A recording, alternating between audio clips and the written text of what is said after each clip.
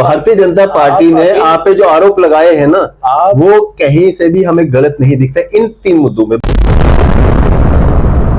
PSA को कैसे हटाएंगे? तो अब जो पुलिस है वो किसके पास है? एलजी के पास है ना। मैं वही तो जानना चाहता हूँ, नेशनल कॉन्फ्रेंस पीएसए को कैसे हटाएगी? हम एक बिल इंट्रोड्यूस करेंगे, उसमें हम सारा प्रावधान रखेंगे। जाना फिर आपको एलजी के पास है। सबसे बड़ी बात, स्टेटहुड नेशनल कॉन्फ्रेंस कैसे दे सकती है? We will fight for the statehood ना। देखिए, जल आपने इसका भी जिक्र नहीं किया कि हम फाइट करेंगे। जल कि ऐसा मुर्गा है जिसके पंख ही नहीं है। ये बात आप भी मानते हो? आपने मैनिफेस्टो में कहा है हम 370-35 से वापस लाएंगे। आपने मैनिफेस्टो में कहा है हम पीएसए हटाएंगे। आपने ये कहा है कि हम यहाँ पे जो है ये जो बेरोजगारी है उसको खत्म करेंगे। आपको जब हर बात के एलजी के पास जाना है, आपने उनका भी जिक्र करना था कि हम एलजी के पास जाएंगे। आज की खास मुलाकात में हमारे साथ मौजूद हैं National Conference Jammu Kashmir vice president student union Arun Singh ji. Sir, स्वागत है आपका न्यूज़ सर इंडिया में। बहुत बहुत शुक्रिया आपका। अरुण जी, अगर बात करें हम नेशनल कॉन्फ्रेंस की, और नेशनल कॉन्फ्रेंस के द्वारा जो है सबसे पहले अपना मैनिफेस्टो जो है वो जारी कर दिया गया है, और क्या कुछ खासियत है आपके मैनिफेस्टो की? बहुत आलोचना भी जो है वो हो रही है, खासकर अगर हम भारतीय जनता पार्टी की बात करेंगे, उन्होंने काफी आलोचना की है आपके मैनिफेस्टो की जो आपने जारी की है। देखिए, सबसे पहले मैं भारतीय जनता पार्टी की ही बात कर लेता हूँ। तो भारतीय जनता पार्टी का हाल इस समय कुछ ऐसा है, वो एक शायर है ना कि बातें ऐसी कि वफा उन पे खत्म, और जब निभाने की बात आई तो महबूब मजबूर निकले। यही तो भारतीय जनता पार्टी ने जम्मू कश्मीर के साथ किया ना। और अगर आप हमारा मैनिफेस्टो देखें तो हमने हर एक सेक्शन ऑफ द सोसाइटी को टच किया है। वुमेन से को लेकर ओल्ड एज पेंशन तक, यूथ को लेकर, एंटरप्रेन्योर को लेकर, हर एक सेक्शन को हमने टच किया है। और मैं आपको ये बात बताना चाहता हूँ कि ये शायद किसी ने भी अपने मैनिफेस्टो में नहीं लिखा होगा कि अगर किसी बेटी, गरीब बेटी की शादी है तो नेशनल कॉन्फ्रेंस उसको 50,000 से लेकर 75,000 तक उसको शादी में असिस्टेंस प्रोवाइड करेगी। ठीक है। उसके बाद ये यूथ है, यूथ के लिए हमने ये कहा है कि 3 महीने के अंदर अंदर सारी जो वैकेंसीज होंगी उनकी नोटिफिकेशन निकाली जाएगी, और 180 दिन के अंदर अंदर जो सारी वैकेंसीज है वो पूरी फिल की जाएंगी। तो और भी वुमेन के लिए जो विडो पेंशन है, जो विधवा पेंशन है, उसको हमने कम से कम 5,000, हम कम से कम 3 या 5,000 की रेंज में हमने रखा हुआ है। अरुण जी, जो बाकी सारी स्कीम्स की आप बात कर रहे हैं वो तो समझ में आती हैं, लेकिन जो कुछ एक मुद्दे आपने वहां पे रखे हैं प्रायोरिटी पे, 370-35 को हम वापस लाएंगे, स्टेटहुड को हम वापस लाएंगे, पीएसए को हम हटाएंगे, मतलब ये कैसे पॉसिबल है? नहीं, देखिए, अगर आप लोग जो भारतीय जनता पार्टी वाले कह रहे हैं कि जो नेशनल कॉन्फ्रेंस ने लोगों को एक झुनझुना पकड़वा दिया है और फिर से इनको गुमराह करने की कोशिश की जा रही है, तो मैं आपको एक चीज बता देना चाहता हूँ कि हमारा जो आइन है, सबसे बड़ा तो हमारा कॉन्स्टिट्यूशन ही है ना, लॉ ऑफ द लैंड। ठीक है। उसका जो आर्टिकल 137 है वो ये कहता है कि जो सुप्रीम कोर्ट है वो अपनी जजमेंट को फिर से रिव्यू कर सकती है। ठीक है। तो इससे पहले भी सुप्रीम कोर्ट ने 3 बार कहा है कि जो 370 है वो एक परमानेंट है, ना कि टेम्पररी है। और सबसे मजे की बात है, मैं आपको एक एग्जांपल देता हूँ। आप पढ़े लिखे हैं, आपका जम्मू कश्मीर में नाम है, तो शायद ये आपको पता होना चाहिए कि एक सीता सोरेन का केस था। ठीक है। तो सीता सोरेन के केस में ये वही सुप्रीम कोर्ट है जिसने कहा था कि अगर कोई मेंबर ऑफ पार्लियामेंट में रिश्वत लेते पकड़ा जाता है तो उसके ऊपर कोई भी मुकदमा नहीं चलेगा। ये सुप्रीम कोर्ट ने कहा था। लेकिन आज उसी केस पर सुप्रीम कोर्ट कहता है कि अगर कोई मेंबर ऑफ पार्लियामेंट कोई रिश्वत लेता पार्लियामेंट में पकड़ा जाता है तो उसके ऊपर मुकदमा जारी होगा। तो सुप्रीम कोर्ट अपनी जजमेंट को रिव्यू किया ना। अगर आप शंकरी प्रसाद केस देख लें, गोलकनाथ केस देख लें, तो इसमें भी जो सुप्रीम कोर्ट है उन्होंने अपनी जजमेंट को रिव्यू किया है। तो हमें इतना नाउम्मीद तो नहीं होना चाहिए। इसमें अपने सुप्रीम कोर्ट में नेशनल कॉन्फ्रेंस कहाँ से आ गई? क्योंकि जब 370 हटा था तो हम कहाँ गए थे? हम सुप्रीम कोर्ट में गए थे ना। पिटिशनर बनना एक अलग चीज है, सुप्रीम कोर्ट क्या रिव्यू लेता है, क्या फैसला देता है, वो सुप्रीम कोर्ट की मर्जी है। हाँ, तो आप लोगों को क्यों, मतलब सुप्रीम कोर्ट विल डिसाइड। तो ये लोग, नेशनल कॉन्फ्रेंस डिसाइड नहीं ना करेगी? नेशनल कॉन्फ्रेंस सुप्रीम कोर्ट में जाएगी। नेशनल कॉन्फ्रेंस डिसाइड नहीं ना करेगी, सुप्रीम कोर्ट में जाएगी। सुप्रीम कोर्ट में जाएगी, डिसाइड तो नहीं करेगी ना? बिल्कुल डिसाइड तो नहीं करेगी। we will fight for the 370 up to the end of our last breath। तो आपने फाइट के लिए कहना था। हाँ? आपने फाइट के लिए लिखना तो था। हम कोशिश करेंगे। आप कह रहे हैं कि हम वापस दिलाएंगे। आप कैसे वापस दिलाएंगे? हम वापस दिलाने में पूरी कोशिश करेंगे। कैसे?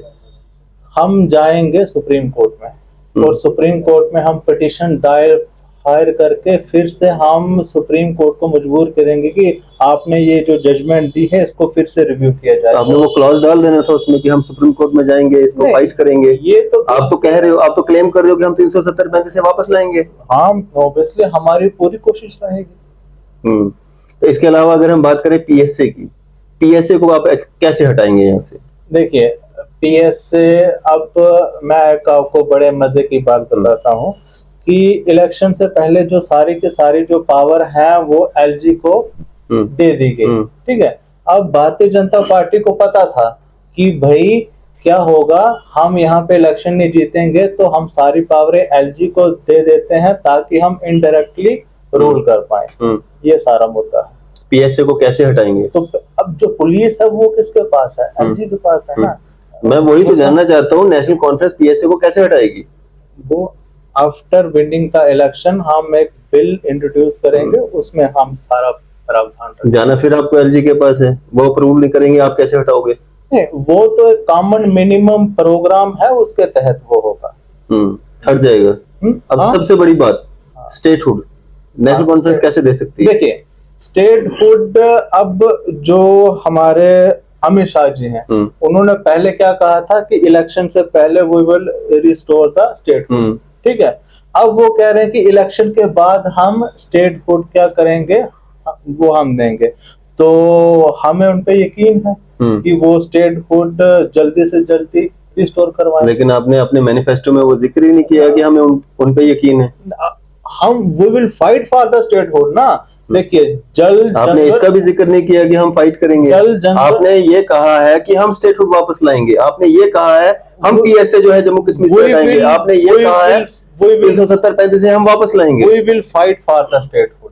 हम स्टेट, और हम तब तक चुप नहीं बैठेंगे जब तक हमें स्टेटहुड नहीं मिल जाता। आप एक बात मुझे बताइए, ठीक है, जो सबसे बड़ी सिक्योरिटी है स्टेट की वो कौन करता है? वो करती है पुलिस। अगर पुलिस ही हमारे अंडर नहीं है तो हम यहाँ बैठ के हम क्या करेंगे? ठीक है, हर चीज के लिए एलजी, हर चीज के लिए एलजी। तो जब स्टेटहुड होगी तो देन हम अपने लोगों को अच्छे से रिप्रेजेंट कर पाएंगे। ये तो वही हो गया ना कि ऐसा मुर्गा है जिसके पंख ही नहीं है।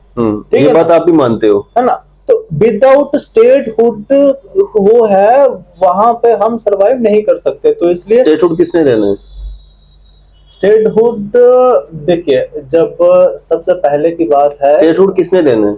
सेंटर ने। हाँ, तो नेशनल कॉन्फ्रेंस कैसे ये क्लेम कर दी कि हम स्टेटहुड वापस लाएंगे? लेकिन अगर नेशनल कॉन्फ्रेंस नहीं फाइट करेगी तो कौन करेगा? आपने फाइट का जिक्र ही नहीं किया उसमें मैनिफेस्टो में। क्यों नहीं किया? दिखाओ मेरे को, शायद आपने दिखाओ मेरे को, मैनिफेस्टो खोल के दिखाओ। आपने मैनिफेस्टो में कहा है हम 370 से वापस लाएंगे, आपने मैनिफेस्टो में कहा है हम पीएसए हटाएंगे, आपने ये कहा है कि हम यहाँ पे जो है ये जो बेरोजगारी है उसको खत्म करेंगे। आपको जब हर बात के एलजी के पास जाना है, आपने उनका भी जिक्र करना था कि हम एलजी के पास जाएंगे। जब हमें स्टेटहुड मिल गई तो फिर ना तो एलजी रहेगा, तो फिर हम खुद ही कौन देगा स्टेटहुड? तो आपने, कौन देगा स्टेटहुड? स्टेटहुड देगा, कौन देगा? सेंटर देगा। हाँ, सेंटर की मंशा अगर होती स्टेटहुड देने की, एलजी की पावर क्यों बढ़ाती? वही तो मैं चीज कह रहा हूँ ना। नेशनल कॉन्फ्रेंस कैसे ये क्लेम कर रही है कि हम स्टेटहुड लाएंगे? We will fight for the state. वो चीज आपने क्यों नहीं वहां पे, मतलब उसमें की है, मेंशन की है?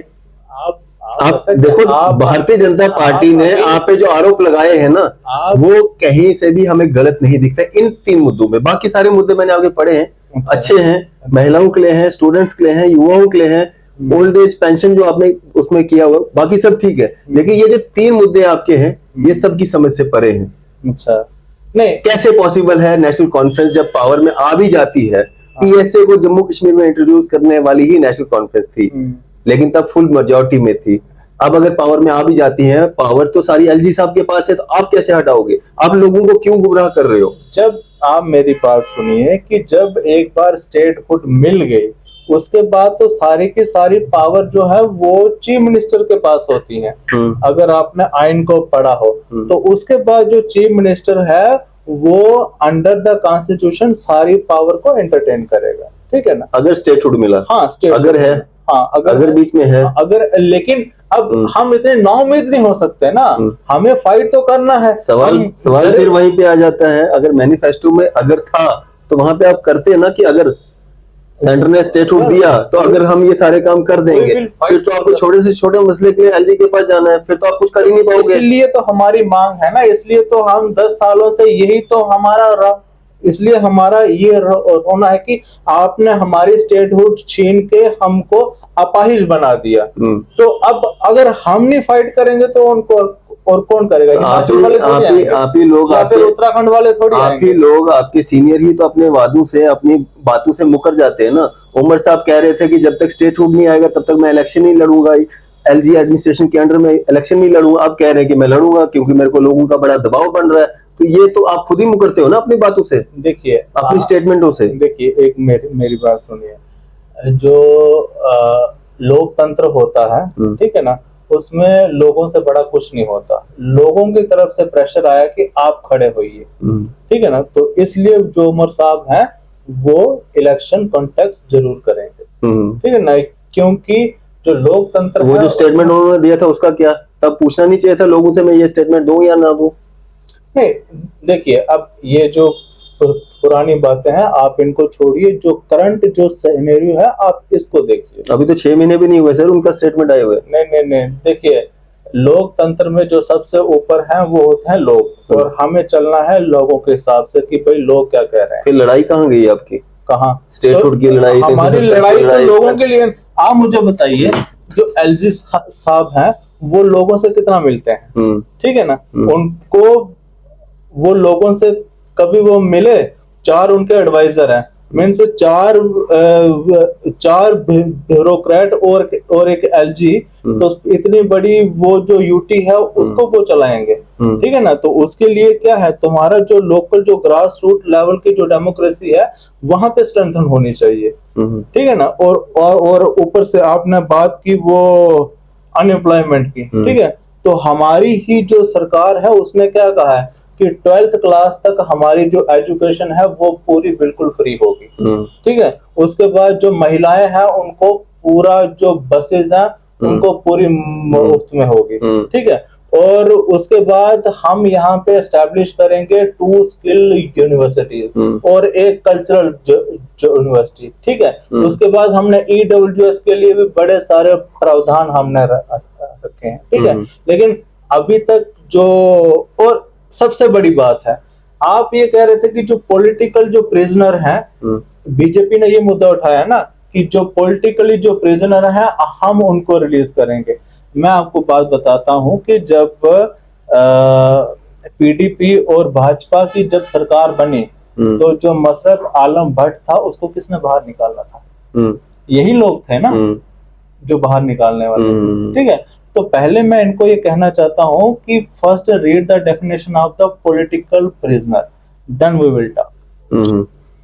तो ये जो आपका मतलब स्टेटहुड वाला 370 35A वाला, ये मतलब अभी अगर मगर में पेच फंसा हुआ है। अगर मगर हमारा कॉन्सेप्ट क्लियर है कि आर्टिकल 370 35A स्टेटहुड और अपना जल जंगल और जमीन, इसके लिए हम we will fight up to the end of our last breath. Arun ji, संभव कैसे होगा? संभव कैसे होगा? मैनिफेस्टो का मतलब होता है आप लोगों से वादे कर रहे हो, अगर हम सत्ता में आते हैं हम ये सारे काम आपके करेंगे। जो चीजें आप नहीं कर सकते हो वो वादे क्यों कर रहे हो आप लोगों से? मैंने आपको आर्टिकल 3 अगर मगर सर आप कर रहे हो, मैं नहीं कर रहा हूँ। नहीं नहीं नहीं अगर नहीं, मगर आप कर रहे हो, मैं नहीं कर रहा हूँ। हमारा आप कॉन्सेप्ट वो वादे लोगों से क्यों कर रहे हो जो आप पूरे नहीं कर सकते हो? हमारा कॉन्सेप्ट बिल्कुल क्लियर है कि हम 370 भी लाएंगे, 35 भी लाएंगे और स्टेटहुड भी लाएंगे, और अपनी जो स्टेट की आइडेंटिटी है उसको हम रिस्टोर करेंगे। आपको बड़ी अच्छी बात है। कैसे? आपको पता है? सुनिए कैसे? सुनिए सुनिए सुनिए सुनिए सुनिए, कैसे ये भी बता दीजिए ना। आपको पता है हम्म, पहले, अब आज भी अगर हम गांव में जाते हैं तो वहाँ फोक डांस, फोक जो संगीत चलता है कि हमारा डुग्गर देश, है ना, हम ये कहते हैं ना कि हमारा डुग्गर देश। तो पहले हम एक देश हुआ करते थे।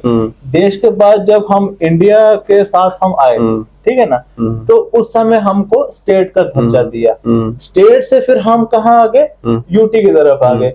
अब यूटी को मिटा के अब ये म्युनिसिपैलिटी की लेवल हमें ले जाना चाहते हैं। तो आप मुझे बताइए कि इसके लिए कोई ना कोई तो आवाज उठाए। सर वो क्या चाहते हैं, वो क्या करते हैं, वो अपना काम कंटिन्यू कर रहे हैं। मैं ये कह रहा हूँ नेशनल कॉन्फ्रेंस कैसे करेगी? हम भाई, मैंने आपको बताया है कि हम स्टेट 370 वापस आएगा, कैसे आएगा? वो देना सुप्रीम कोर्ट ने है, नहीं देना सुप्रीम कोर्ट ने है। नेशनल कॉन्फ्रेंस का क्या रोल है? स्टेटहुड देना सेंटर ने है, नेशनल कॉन्फ्रेंस का क्या रोल है? अगर लोगों का दबाव होगा तो ये क्यों नहीं देंगे? 10 साल से लोगों का दबाव नहीं था। नेशनल कॉन्फ्रेंस सत्ता में आके कौन सा दबाव बनाएगी? इलेक्शन हुए 10 साल से इलेक्शन हुए, तो सत्ता में आके कौन सा दबाव बन जाएगा आपका? तो क्यों नहीं सत्ता में आके फिर भी आपको सेंटर के साथ, फारूक साहब का स्टेटमेंट आया है, उन्होंने कहा है कि हमें सेंटर के साथ बना के रखनी है। सत्ता में आने के बाद क्या आप उनके साथ लड़ाई लड़ोगे? वो नहीं नहीं, in our constitution there is the concept of the cooperative federalism. तो हमें क्या है कि सत्ता का, हमें जो सेंटर है उसके कोलैबोरेशन से ही हमें चलना है, हम आइसोलेट होकर नहीं चल सकते। ठीक है ना। In our constitution there are 2 provision, first is cooperative federalism and competitive federalism. तो इन दोनों चीजों को ध्यान में रख के हमें चलना है, ठीक है। सियासत चलती है कॉपरेशन से, अलग अलग होकर सियासत नहीं चलती। तो अगर भाजपा में अलायंस का भी कोई बन गया, कोई मूड बन गया, सरकार सत्ता में आने के लिए आपको कहीं ऐसा मतलब करना पड़ा कि जोर जमा करना पड़ा, तो सेंटर में आपको मतलब कहीं मंत्री पद मिल जाएगा या कुछ ऐसा हो जाएगा, वो भी अटकलें लगाई जा रही हैं, तो वो भी पॉसिबल है? नहीं, ऐसा क्योंकि सेंटर के साथ तो बना के रखनी है ना। नहीं नहीं, ऐसा कोई ऐसा नहीं है। और ये जो डिसाइड करेगी, ये मैं डिसाइड नहीं करूंगा, ये जो हमारी हाई कमांड है वो डिसाइड करेगी कि भाई आफ्टर विनिंग द इलेक्शन हमने कहाँ जाना है, क्या करना है। लेकिन इतना मैं आपको ये बता देना चाहता हूँ कि हमारे जो जितना भी मैनिफेस्टो में हमने एजेंडे हैं, वे विल फुल डेफिनेटली, हम इनको डेफिनेट, आप भी इधर हैं, मैं भी इधर हूं, ये आप मुझे सवाल अभी नहीं पूछ सकते। अभी मेरा काम है कि जनता को बताना कि हमारे मैनिफेस्टो में ये है। ये सवाल आप मुझे तभी कर सकते हैं। ये सवाल मैं आपसे भी पूछूंगा, आपकी पार्टी से भी पूछूंगा, जो बाकी पार्टीज के मैनिफेस्टो आएंगे उनसे भी पूछ सकता हूं। तो ये सवाल आप तब पूछना जब हम आफ्टर विनिंग द इलेक्शन, जब हम पावर में आएंगे, और तब अगर हम काम नहीं करेंगे तब आप हमें कटघरे में डालना कि अरुण सिंह जी आपने ऐसे नहीं ऐसे कहा। सवाल हम आज भी करेंगे, सवाल हम तब भी करेंगे। सवाल करना तो मीडिया का एक एथिक्स है, और वो भी अपोजिशन से, ठीक है, और साथ में रूलिंग पार्टी से भी। अभी तो आप भी उम्मीदों में है ना कि हम रूलिंग में आएंगे। हाँ, देखिए यही दावा तो आप कर रहे हैं, इसीलिए तो आपने मैनिफेस्टो जारी किया है। तो सवाल तो आपसे भी बनता है ना, लोगों के बीच में आप जा रहे हैं, लोगों के सवाल हैं। सबसे पहले मैं आपको एक करेक्ट कर देना चाहता हूँ कि ये जो मैनिफेस्टो है ये एनसी का नहीं है, ये जम्मू कश्मीर के लोगों का मैनिफेस्टो है। सारी पॉलिटिकल पार्टीज यही बोलती हैं, लेकिन पूरा किसने करना है? नेशनल कॉन्फ्रेंस ने करना है या लोगों ने करना है? सत्ता में जो आएगा उसी ने करना है। सवाल किससे करेंगे हम जो सत्ता में आने के लिए? मतलब मैं आपको यही कह रहा हूँ कि ये जो सारी हमने मैनिफेस्टो में जो कमिटमेंट की है, we will deliver in the time framework. तो जो लोग आपको देख रहे हैं, क्या एक मैसेज देना चाहेंगे आप उनको? हाँ, मैं एक मैसेज ये देना चाहता हूँ कि जो नेशनल कॉन्फ्रेंस है, आप इसके मैनिफेस्टो को पढ़िए, ठीक है, और पढ़ के जो आप है वो वोट करिए। और उसके बाद अगर आपको कुछ ऐसा लगता है कि इसमें और भी कुछ डालने की जरूरत है, तो यहाँ पर जो नीचे जो कमेंट है वो आप लिख दीजिए, वो हम सारे कमेंट को रिकंसीडर करेंगे, ठीक है। और उसके बाद क्या है कि नेशनल कॉन्फ्रेंस ने जो एक्सपोर्ट को बूस्ट करने के लिए एक स्पेशल इकोनॉमिक जोन्स बनाए हैं, इंडस्ट्रियल पार्क बनाए हैं, ताकि हमारा जो एक्सपोर्ट है वो हमारा इंक्रीज हो। हमने माइनिंग को लेके हमने बात की, हमने इंडस्ट्री को लेके बात की, हमने वुमेन को लेके बात की, हमने यूथ को लेके बात की, हमने हायर एजुकेशन को लेकर बात की, हमने लोअर एजुकेशन को लेकर बात की। हर सेक्शन, हर सोसाइटी के सेक्शन को हमने टच किया है, ठीक है। तो definitely we will take the affirmative actions against the historically injustice which is done by the BJP, and definitely we will align Jammu Kashmir people and especially youth with the current market demand, and that's why I already said ki after winning the election we will establish two skill university, first in Kashmir and second in Jammu, and first and second is cultural university also. चलें, शुक्रिया हमारे से बातचीत करने के लिए। तो ये थे हमारे से अरुण सिंह जी, वाइस प्रेसिडेंट जम्मू कश्मीर नेशनल कॉन्फ्रेंस के स्टूडेंट यूनियन के। आपकी इस सब पे क्या राय है? आप अपनी राय जो है जरूर साझा कीजिएगा। इस तरह की मजीद अपडेट्स के लिए आप देखते रहें न्यूज़ सैर इंडिया।